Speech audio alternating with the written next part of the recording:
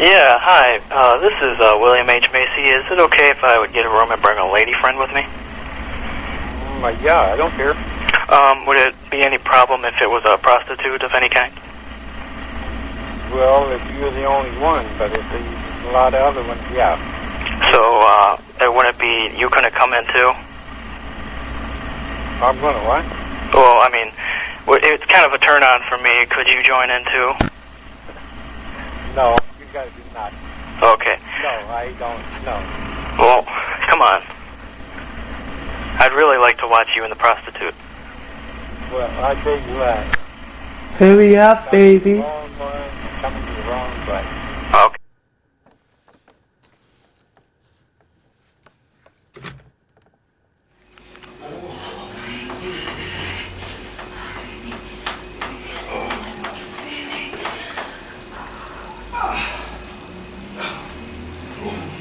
And then I came across him, and he was like, yeah, I want you to be my girlfriend, and blah, blah, blah. So I was like, okay. So we met in person. Actually, that night he came to my grandma's house and picked me up, and then we hung out and got messed up, and then he threw me out on Robinson, and I stayed with him for a long time. I thought I was in love with him, and how he loved me, he wanted to marry me.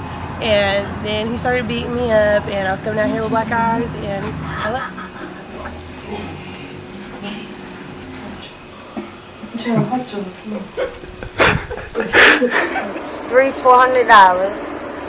I was smoking it up until 6 days ago, and some guys, they're weird. Some guys just want you to spank their butt.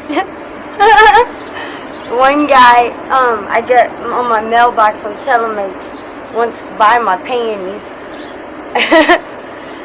And other guys, they just want you to put a condom on just like they did. Yeah. I don't remember my mom prostituting, but when I had first came out here to the streets, I had went and visited my mom, and I was crying and stuff, and she told me she knew what I was going through, and I didn't understand what she was saying, and that's when she told me, hey, I was a prostitute before.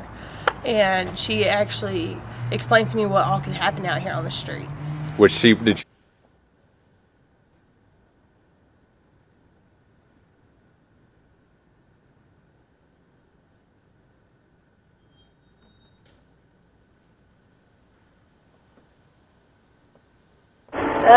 When I was 8, I got put in a group home raised by nuns, St. Vincent Home for Children, because my father had full intercourse with me when I was 8. Then when I was 15, I got put in a foster home with some crack dealers.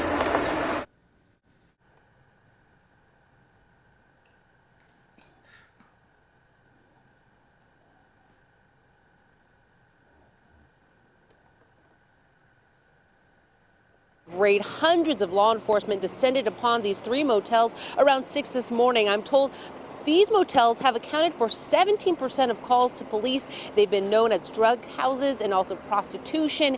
And through their investigation, this year-long investigation between the city and the feds, they've uncovered that the owners of the motels were behind this drug and prostitution ring. 3 people have been arrested so far. We expect more arrests throughout the day. Now, we did ask police why it took a year to shut down this operation. We know there's activity going on. We've been addressing the activity, and once the owners get involved, it becomes a little bit more difficult, and we wanted to make sure we had all of our ducks in a row. Mark and Joyce, we've seen a large police presence, U.S. Marshals, ATF, FBI, also the Sheriff's Office.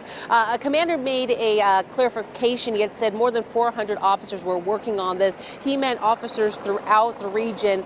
Right now, here on scene, hundreds, but there's also officers that have been serving search warrants off-site and people helping again with those who've been exploited. Some humanitarian efforts undergoing there. We're expecting to learn a lot more at a 1 o'clock press conference at the Tukwila Community Center. We'll let you know if there's any new updates. We're now live in Tukwila. I'm Teresa Ewan, King 5 News.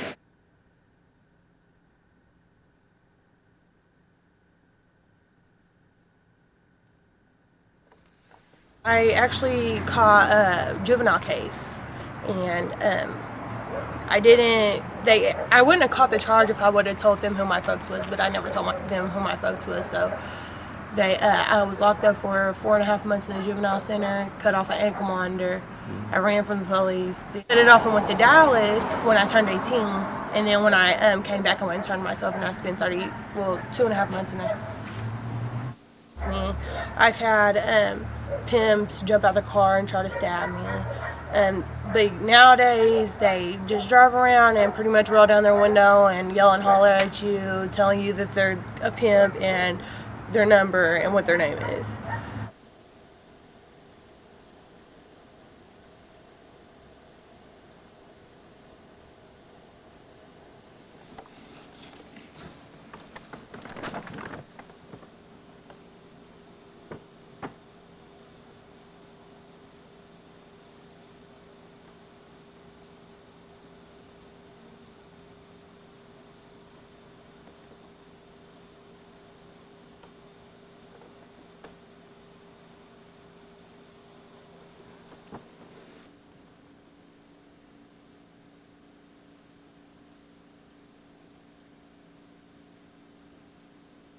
You probably can make $300 to $400, maybe.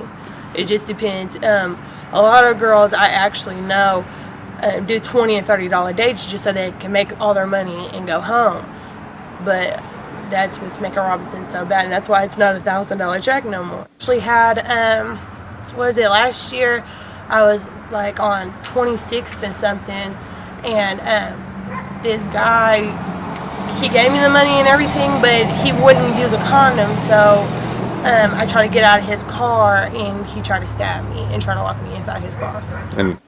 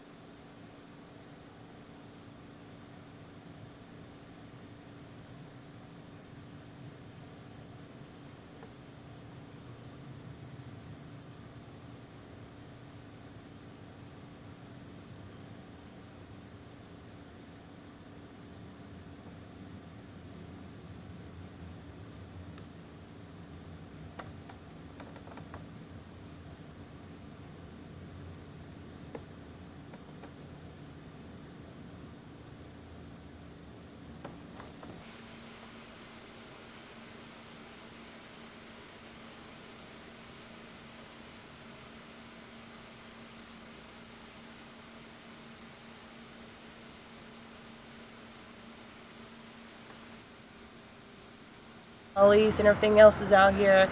Men like to handcuff and kill women out here. You always gotta know what's going on. You can't always just be high and drunk and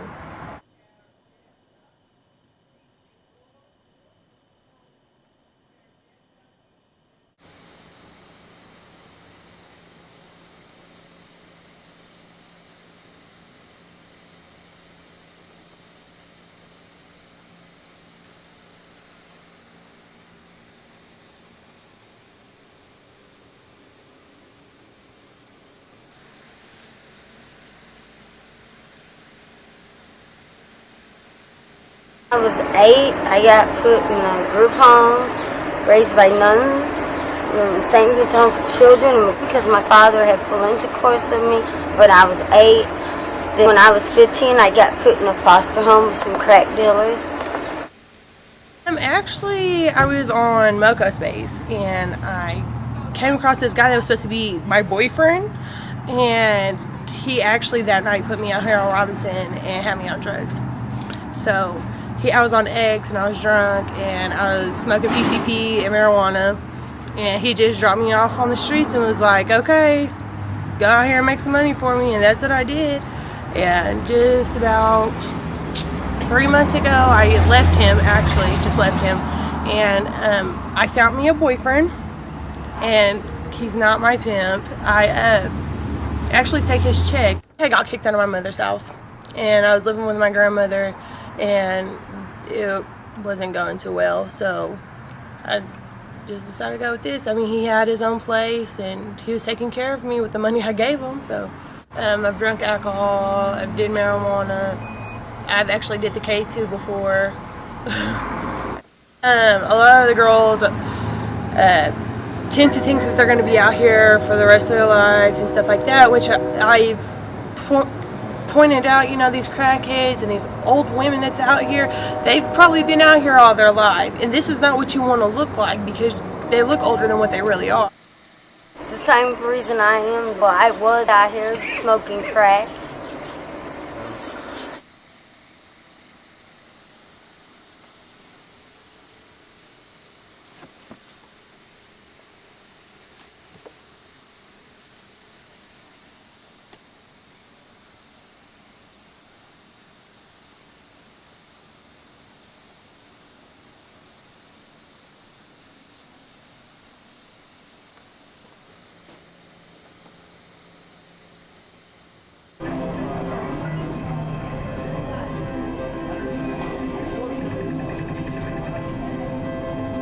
Stand on the corner sometimes, or I walk back and forth, but if I see a car turn the corner and I see him coming back down the street, I'll walk towards it.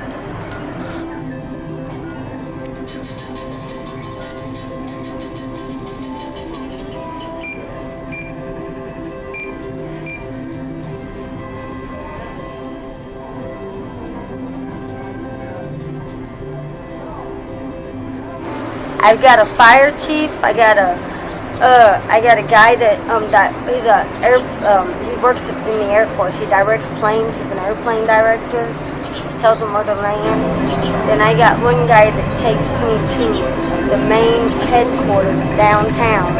Military headquarters is one of the highest ranks, and nothing but offices and women's bathrooms, lockers, and shower and bathroom. Takes me there in the middle of the night whenever everybody's not at the office. And then there's a stand on the corner sometimes, or I walk back and forth, but if I see a car turn the corner and I see him coming back down the street, I'll walk towards it.